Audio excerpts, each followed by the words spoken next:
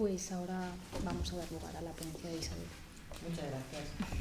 Bueno, agradezco en primer lugar al artífice de esta jornada, que es Nacho Escutia, a los alumnos que tengo por aquí, a los estudiantes de Teoría del Derecho. Me conocen a Nacho Escutia, profesor de Filosofía en la Facultad de Humanidades y Educación Social, con la que compartimos edificio, y profesor también en la Facultad de Educación, que es también hermana nuestra en el campus, ¿no? Y habéis escuchado a Javier Espinosa.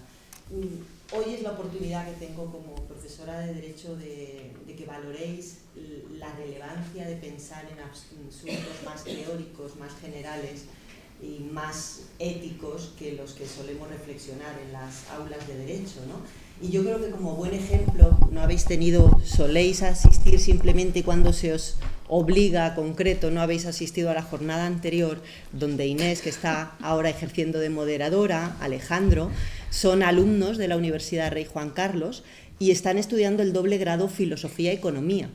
Y diréis, ¿qué tiene que ver la filosofía con la economía? Igual que decís, ¿qué tiene que ver la filosofía con el derecho? Muchísimo, ¿no? Entonces, bueno, que al menos os quede ahí flotando por vuestras cabezas, ¿no?, la relevancia de pensar sobre muchas cuestiones. Y por la generosidad y amabilidad de Nacho Escutia, pues yo estoy sentada en esta mesa entre los pensadores, me consideran una más, aunque en realidad en el fondo soy jurista y es con lo que me identifico y lo que os digo siempre en el aula.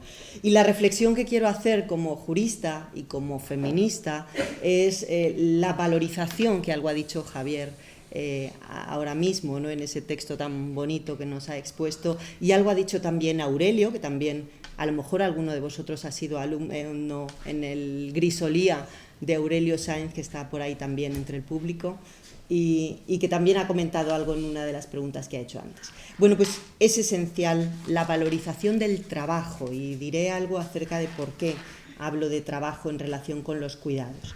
El punto de partida es la idea de que somos sujetos dependientes y vulnerables. Y este punto de partida tan evidente quizá, pues no es sobre el que se han construido nuestras sociedades políticas y jurídicas, ¿no? Nuestra realidad política, jurídica, económica se ha construido en gran medida sobre la idea de que la persona y la vida no son ni vulnerables ni dependientes. Y es necesario reformular esos términos como están haciendo pensadores y pensadoras en nuestros días. Quería traer en primer lugar ese libro de Almudena Hernando, La fantasía de la individualidad.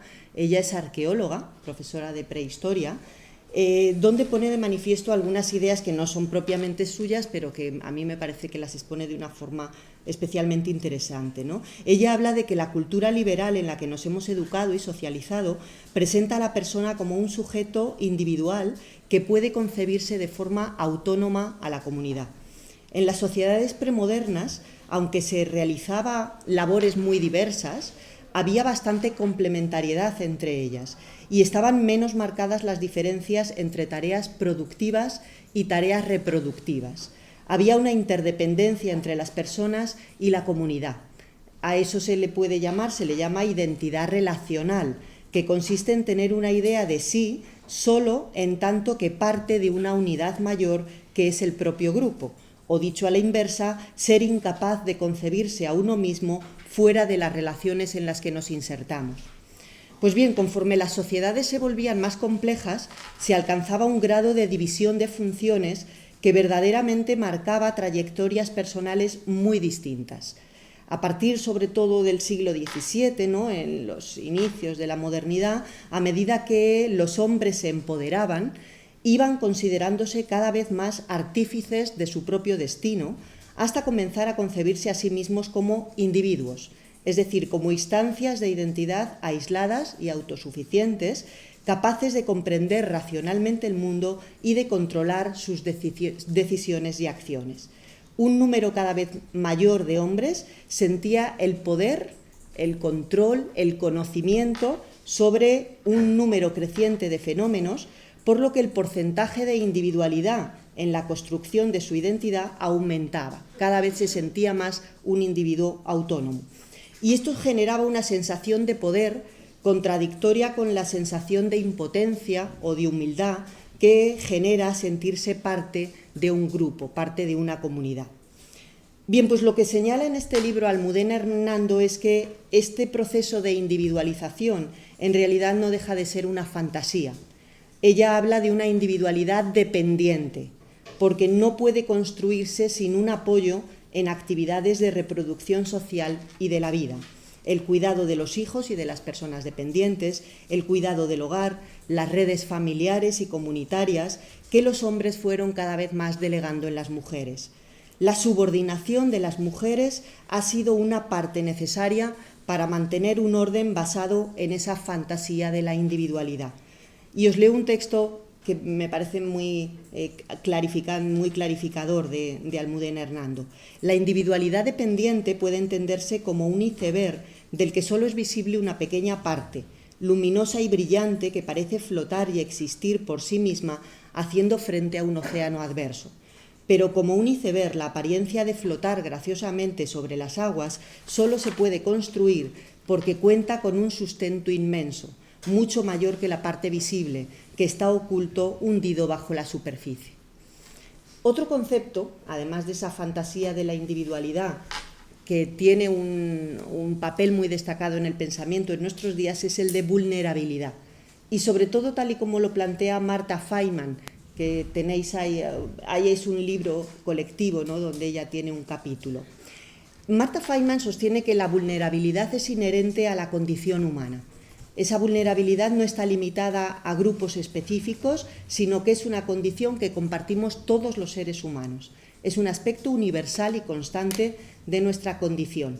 Todos somos vulnerables y debemos tener la capacidad de vernos a nosotros mismos como tales y reconocer que todos y todas recibimos cuidados. Leo textualmente las palabras de Marta Feynman. Cualquiera que haya cuidado de una criatura, haya respondido a un accidente o a una urgencia, haya experimentado un desastre natural, haya sido víctima de un crimen, haya sufrido una enfermedad o haya sido herida, o haya experimentado muchas otras experiencias de vulnerabilidad de la vida diaria, sabe que no hay tal cosa como la invulnerabilidad. Sin embargo, la cultura política y jurídica de nuestros países continúa perpetuando esa ficción a través de su adhesión a una ideología de la autonomía individual y la autosuficiencia en la que el Estado es refrenado. Y acabo aquí la cita de Marta Feynman. La vulnerabilidad no se refiere solo a la debilidad física o a la fragilidad o mental, sino también a la interdependencia, a la necesidad de cuidado y apoyo mutuo. Feynman enfatiza que nuestra vulnerabilidad está profundamente conectada a nuestros cuerpos. Somos seres corporizados, estamos sujetos a limitaciones físicas, a enfermedades, al envejecimiento, a la muerte. Nuestros cuerpos son el sitio donde experimentamos dolor, daño, necesidades. Y la vulnerabilidad además tiene un carácter relacional, implica la susceptibilidad de ser herido por otros, de recibir un daño o un perjuicio, de padecer lesiones.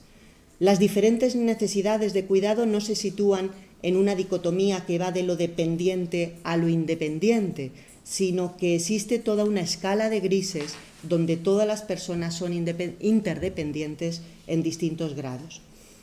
Es verdad que esta idea de vulnerabilidad se ha criticado, lo que ocurre, no quiero ahora entrar en ello, pero es verdad que la vulnerabilidad no la experimentamos todos de la misma forma y en el mismo grado, sino que los factores sociales, en general, económicos, culturales, determinan cómo se construye la vulnerabilidad en situaciones concretas.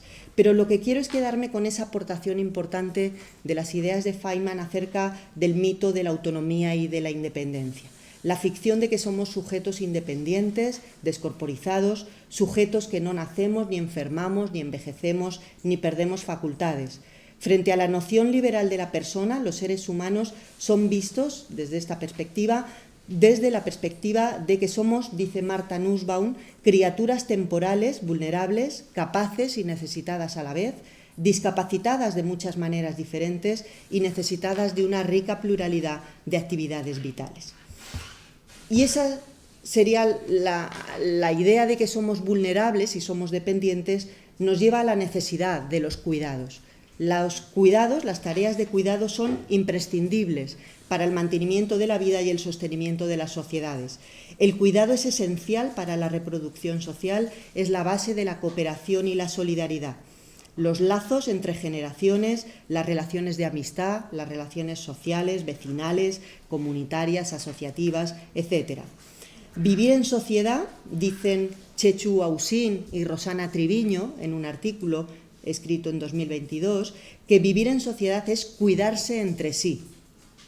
La consecuencia de que todos seamos en un momento u otro receptores de cuidados es que a todos nos corresponde recíprocamente asumir la condición de dadores de cuidados.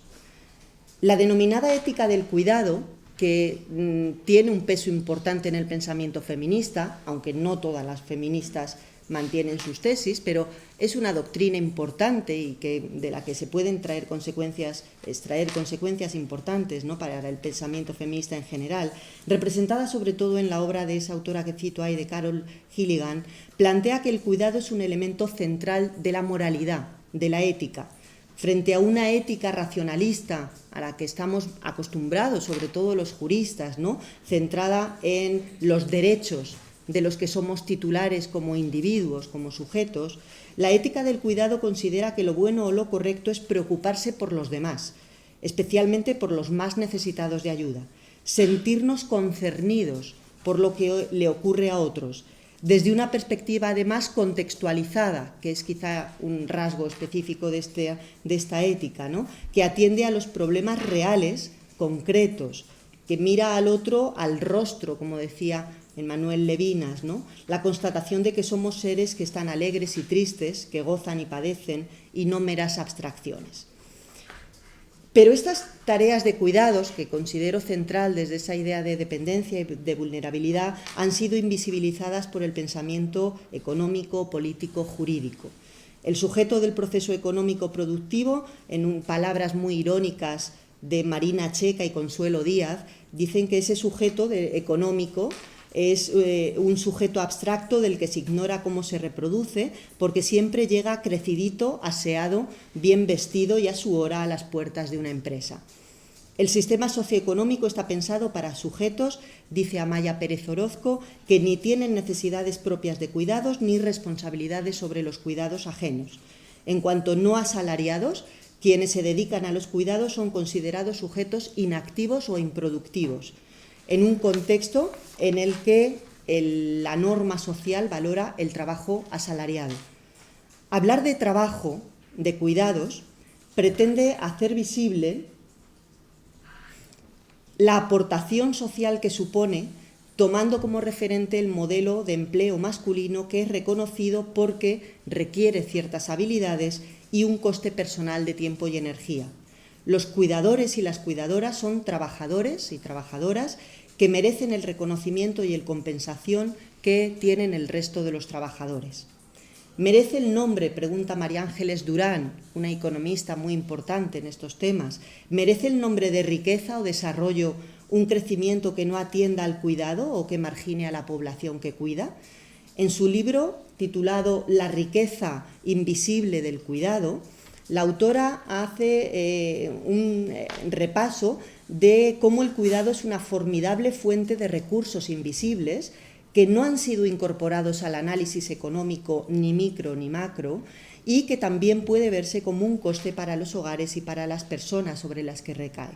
La autora, en ese trabajo importante, cuantifica la magnitud del cuidado. Por dar dos datos muy pequeños, que el libro está lleno de ellos. En España, el cuidado no remunerado que se produce y que se consume equivale a 28 millones de empleos a tiempo completo. Se tendría que subir un 70% el impuesto sobre la renta de las personas físicas para poder pagar los cuidados en el hogar que ahora son no remunerados, que son gratuitos. Ella utiliza un término para referirse a una nueva clase social que le llama cuidatoriado. Dice que comparte ciertas características fundamentales con el proletariado, como la subordinación, la ausencia de protección social, el riesgo de pobreza, la invisibilidad, la marginación. Pero tiene rasgos propios, sobre todo que se compone mayoritariamente por mujeres. Es un concepto nuevo, aunque la realidad no lo es, pero es hace muy poquito cuando ha empezado a ser conceptualizado. Las tareas de cuidado no solo es que han sido invisibilizadas por el pensamiento político, económico, sino que no son valoradas socialmente. Esas tareas de cuidado que se ocupan de las personas más necesitadas son degradadas en la escala social. A pesar de que son muy exigentes, muy poco flexibles, no son valoradas y su reconocimiento no encaja en una sociedad en el que lo que se valora es la innovación y la creación de riqueza. Y además, añadimos un plus adicional, las tareas de cuidado las asumen las personas desfavorecidas, las menos privilegiadas de nuestras sociedades. Joan Tronto habla de la irresponsabilidad privilegiada para referirse a las formas en que la división del trabajo y los valores sociales existentes permiten a algunas personas excusarse de sus responsabilidades básicas de cuidar porque tienen un trabajo más importante al que dedicarse. La irresponsabilidad privilegiada alude a quien recibe las tareas de cuidado y simplemente da por sentado tener derecho a ellas sin tener ninguna responsabilidad sobre las mismas. Las personas en situación de poder son las que delegan el cuidado en otras. Es lo que ha pasado, lo que ha ocurrido tradicionalmente respecto de los hombres y las mujeres. El trabajo no remunerado de las mujeres ha sido la precondición necesaria del trabajo asalariado. Comparado con los hombres, las mujeres emplean en un torno a un 75% de su tiempo al trabajo de cuidados no remunerado, 3 veces más que el de los varones. O no solo se establece una brecha entre hombres y mujeres, sino una brecha entre familias mejor y peor situadas. Las mejor situadas pueden pagar los servicios de cuidados. Las familias con menos recursos tienen que cuidar por sí mismas a las personas dependientes, con lo que se produce una paradoja muy llamativa, que quienes tienen más recursos pueden desentenderse del cuidado y atender dedicaciones mejor remuneradas y mejor valoradas, pero quienes tienen menos recursos tienen más necesidades que atender y menos oportunidades de acceder a puestos de trabajo a tiempo completo con mejores salarios. El resultado es una creciente dualidad entre la mercantilización de los cuidados respecto de quienes pueden pagarla, la privatización y la carga de esos cuidados para quienes no pueden pagarla.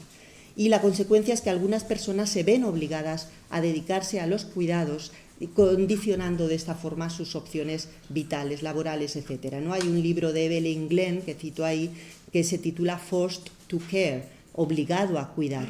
Muchos se ven obligados, no tienen opción. Pero además, a ello se une que las tareas son asumidas por los sectores más marginalizados de la población, mujeres migrantes, indocumentadas, racializadas o en situación de precariedad económica, con largas jornadas de trabajo escasamente remunerado y con escasa protección social. En el mundo globalizado en el que vivimos existen lo que Arlie Hochschild, en una expresión que se ha difundido rápidamente, habla de las cadenas globales de cuidados. Quienes asumen los trabajos de cuidados son en muchas ocasiones personas que emigran desde zonas rurales o comunidades más pobres, que a su vez tienen que transferir sus propias responsabilidades familiares a otras cuidadoras aún más pobres que pueden hacer lo mismo, incurriendo así en una cadena de cuidados cada vez más larga. Este desarrollo ha sido muy beneficioso para nuestros estados, que se ahorran millones de euros en el pago de este tipo de asistencia, y ayuda también a las familias medias que no disponen de dinero suficiente, pero pueden de esta forma tener cubiertos los cuidados que necesitan sin caer en la bancarrota. Pero esta no puede ser considerada la solución al cuidado, sino que hay que pensar otras opciones, ¿no? Termino reflexionando otra vez sobre este tema. El cuidado debería ir, la valorización del cuidado debería ir más allá de su mercantilización. La solución no es convertir el cuidado en la prestación de un servicio mercantilizado. El cuidado normalmente se asimila así a la prestación de un servicio. Se racionaliza y cuantifica la forma y grado en que se depende de otros. Y de este modo el mito de la elección en el marco del mercado oculta la realidad de la profunda interdependencia. Joan Tronto dice que cada persona adulta capaz e independiente que sale a trabajar cada día sigue necesitando cuidados. Sin duda, ocurre que ahora se obtienen cada vez más estos cuidados a través de mecanismos de mercado. Por ello parecen servicios adquiridos en el mercado en lugar de cuidados. Esta perspectiva no deja traslucir nuestro destino humano común de dependencia. Sin embargo, existe una literatura amplia que señala que el cuidado no puede tratarse como una mera mercancía, devaluando el valor que tiene para la sostenibilidad de los lazos familiares y sociales, la comunicación intersubjetiva, los nexos afectivos, la empatía, el sentido de la responsabilidad. El cuidado es un trabajo, dice Victoria Camps, pero no es un trabajo cualquiera. Cuidar implica desplegar una serie de actitudes que van más allá de lo que requiere la atención, ¿no? El cuidado implica afecto, acompañamiento, cercanía, respeto, empatía con la persona a la que hay que cuidar. Los aspectos físicos son inseparables de los emocionales. Lo que diferencia la reproducción de los seres humanos de la producción, como se ha entendido en el ámbito económico, es el carácter holístico de muchas de las tareas involucradas, ya digo, en las que no se pueden separar las dimensiones afectivas con las dimensiones puramente mercantilistas o economicistas, ¿no? Hay varios momentos en nuestras vidas en los que requerimos especialmente ser receptores o ser dadores de cuidados. El caso de la maternidad, que supone un incremento enorme de la dedicación de las mujeres y de los hombres cada vez más a las tareas de cuidado. La maternidad y la paternidad son objeto de regulación jurídica casi exclusivamente cuando entran en conflicto con otros intereses generales de la sociedad, sobre todo cuando puede afectar al mercado de trabajo en cuanto que se plantea cómo hacer compatible la crianza con el desempeño del trabajo asalariado. Las bajas por riesgo durante el embarazo, los permisos de maternidad y paternidad, las reducciones de jornada, excedencias, conciliación familiar, etc. La lógica que inspira todas estas regulaciones que tenemos en nuestros sistemas es que la reproducción humana es una cuestión personal y no un problema de reproducción del conjunto social. Y se presentan todo esto como una legislación protectora de las mujeres que deciden ser madres, como si fuera simplemente una opción personal, individual.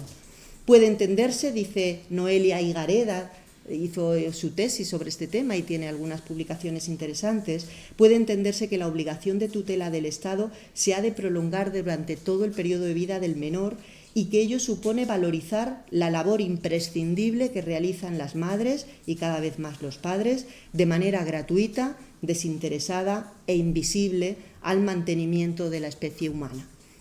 La brecha de género se produce también en el cuidado de personas en situación de dependencia, por enfermedad o discapacidad, pero quiero, sobre todo, referirme a uno de los factores que, sin duda, está incidiendo en nuestras sociedades en mayor medida en lo que se denomina ya como una crisis de cuidados. Es el periodo de envejecimiento y el envejecimiento que está experimentando la población, que elevará en los próximos años enormemente la tasa de dependencia en España y en los países de nuestro entorno. Envejecer, morir, es el único argumento de la obra, decía Jaime Gil de Viedna, en palabras que recuerda Victoria Camps en su libro Tiempo de cuidados. Existe una percepción negativa del envejecimiento en nuestras sociedades, a las que las personas ancianas se consideran improductivas, una carga, un estorbo. Además que los avances biológicos y médicos, las nuevas tecnologías y productos proyectan la idea de que el envejecimiento depende de la voluntad, de que en lugar de asumir e incorporar los rasgos que definen el envejecimiento y que aumentan la necesidad de cuidados.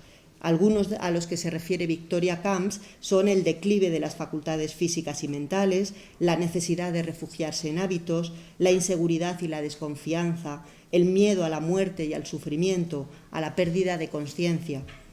Las políticas destinadas al envejecimiento de la población se han destinado sobre todo al sistema de pensiones, que es importante, pero no es la única cuestión, y a propiciar formas activas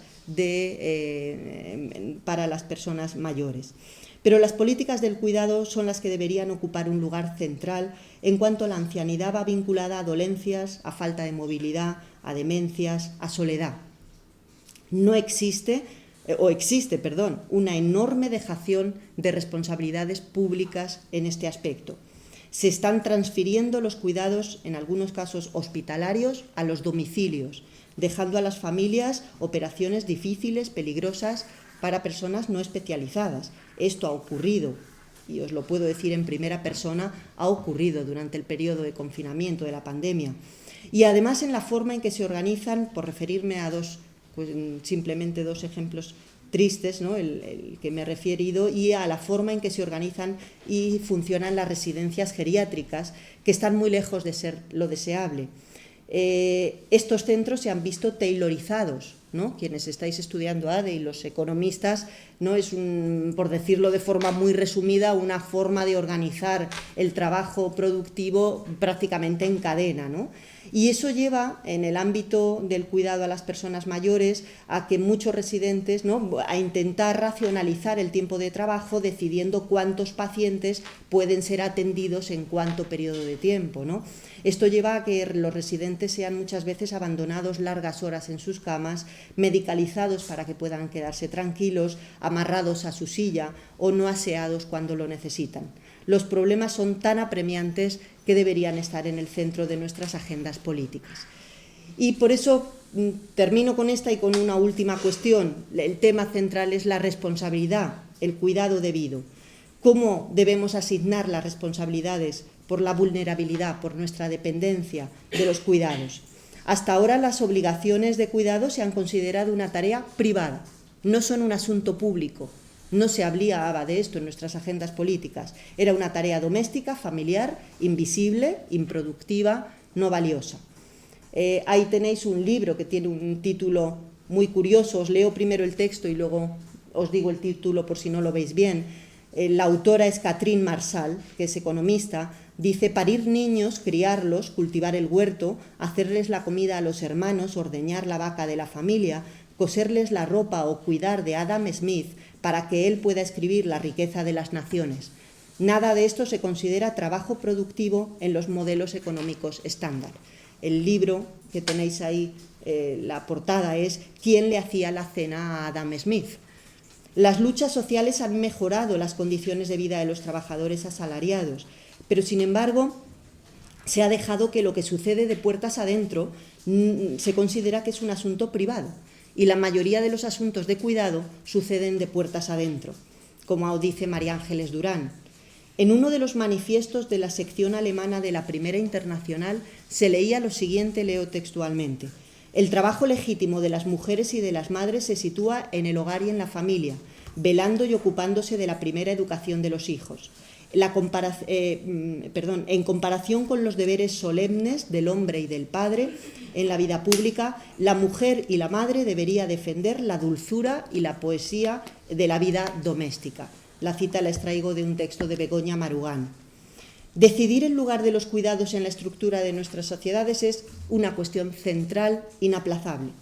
Traer al mundo y socializar a los niños y a las niñas, atender a las personas mayores, prestar apoyos a las personas con discapacidades, mantener los hogares y los lazos sociales son la base de nuestra sociedad y han quedado al margen del modelo económico-político conforme al que nos hemos organizado. Nancy Fraser, la ha citado antes Javier, dice que la reproducción social es una condición de fondo indispensable para la producción económica en la sociedad capitalista. Pero el propio modelo reduce la capacidad de las personas para encargarse de ella, puesto que las mujeres se han incorporado y se ha necesitado que se incorporen a la fuerza de trabajo, los salarios están por debajo de los costes de la reproducción social, el aumento de los niveles de endeudamiento, ¿no? Todo eso obliga a plantearse la cuestión de cómo compatibilizamos todo. Es verdad que el modelo de estado de bienestar atiende no solo a la seguridad en el sentido de protección, sino a una seguridad social más amplia. Pero también el pensamiento feminista ha puesto de manifiesto cómo el modelo de bienestar puede agravar la dependencia y resultar excesivamente paternalista o estigmatizador, sobre todo una vez más para las mujeres, que son sobre todo las principales receptoras de las ayudas sociales y las principales prestadoras de los servicios sociales. Las prestaciones siguen haciendo a las mujeres dependientes, ahora del Estado, y perpetúan la imagen de la mujer como sustentadora y como cuidadora. Es necesario, lo que plantea ahí Joan Tronto, es necesario politizar el cuidado. traerlo a nuestras democracias. El cuidado como valor colectivo tiene que adquirir una dimensión político-democrática en la que se replantee cómo organizarlo. Joan Tronto habla de 3 premisas que hay que tener en cuenta. Primera, todo el mundo tiene derecho a recibir un cuidado adecuado a sus necesidades y acorde con sus deseos durante su vida. Segundo, todo el mundo tiene la responsabilidad individual y colectiva de cuidar y el derecho a participar en relaciones de cuidado que den sentido a su vida. Y todo el mundo tiene derecho a participar en la deliberación pública y la decisión acerca de cómo organizar esas 2 premisas. Joan Tronto escribió este trabajo en, no tengo el año originario, tengo el año de la traducción. Ella lo tituló Caring Democracy, ¿no? Algo así como la democracia del cuidado, aunque sea traducido en castellano como democracia y cuidado. No quiero terminar, no voy a decir mucho más, simplemente voy a dejar abierto ese planteamiento de la responsabilidad. En todo caso, si la conclusión es que es necesario reconocer y valorizar el trabajo de los cuidados, ello supone también, no puede hacerse sin una valorización de los cuidadores. El cuidado adecuado de las personas no se puede llevar a cabo a costa de la calidad de vida de los cuidadores, como dice Silvia Federici, que es otra pensadora muy interesante en estos temas. Los trabajos de cuidado siguen siendo en gran medida mal remunerados, con menores garantías y derechos y, en muchos casos, siendo parte de la economía informal. Largas jornadas laborales, vacaciones no remuneradas o ausencia directamente de vacaciones y de descansos semanales, exposición a abusos y comportamientos racistas. De este modo, resulta que el trabajo que es más esencial, que reproduce la vida, como dice Silvia Federici, es el más precarizado. En España no fue hasta el 9 de junio de 2022 cuando se aprobó por el Congreso la ratificación del Convenio 189 de la Organización Internacional del Trabajo sobre trabajo decente de las trabajadoras y trabajadores domésticos, que se había aprobado en Ginebra en 2011. En España se ratificó en 2022. Y se ratificó en 2022 gracias a la lucha incansable de asociaciones y colectivos de mujeres trabajadoras de hogar y cuidados, en su mayoría migrantes. Este convenio es la primera norma internacional que reconoce el trabajo doméstico como cualquier otro trabajo. En España se aprobó después el Real Decreto Ley 16/2022 para la mejora de las condiciones de trabajo y seguridad social de las personas trabajadoras al servicio del hogar, reconociéndoles por primera vez el derecho al desempleo. En gran parte estas medidas en España, la ratificación del convenio y el Real Decreto, fueron consecuencia de una sentencia del Tribunal de Justicia de la Unión Europea de 24 de febrero del 22 que manifestó que la normativa española era discriminatoria. El sistema, ya sí que concluyo con esto, el sistema de cuidados no se puede sostener con un colectivo a quienes se les sigue manteniendo en condiciones indignas, de pobreza y expuestas a toda una serie de abusos y desprotección. El sistema económico colapsaría sin el trabajo diario de los cuidados. Poner la vida en el centro nos plantea una reorganización de todos los ámbitos, desde lo social a lo político, lo económico, de lo cotidiano a lo más general. Es necesaria una responsabilidad individual y colectiva. Es necesaria, en primer lugar, por supuesto, a las familias, el entorno más cercano que brinda, ¿no?, la afectividad que requiere este tipo de tareas. Pero es necesario, por supuesto, también una complejísima organización y apoyos públicos de todo tipo, desde el urbanismo hasta las prestaciones de servicio que podemos pensar, y es necesario, por supuesto, el potenciamiento de soluciones cooperativas y comunitarias, que se está haciendo ya, asociaciones vecinales, asociaciones de mujeres, que entre ellas se organizan para prestar este tipo de servicios. Son muchas las propuestas a las que por tiempo, por supuesto, no voy a dedicarles atención. Silvia Federici, en este trabajo que está ahí, El punto cero de la revolución, destaca un estudio de 2007 en el que Nancy Folbre llama a recanalizar los recursos públicos desde la industria militar, que antes nos hablaba Inés de la militarización, canalizar esos recursos públicos desde la industria militar hacia la reproducción y el cuidado de la vida. Como bien sabemos todos los que estamos aquí, nada más lejos de lo que está en nuestras agendas políticas en nuestros días. Muchas gracias.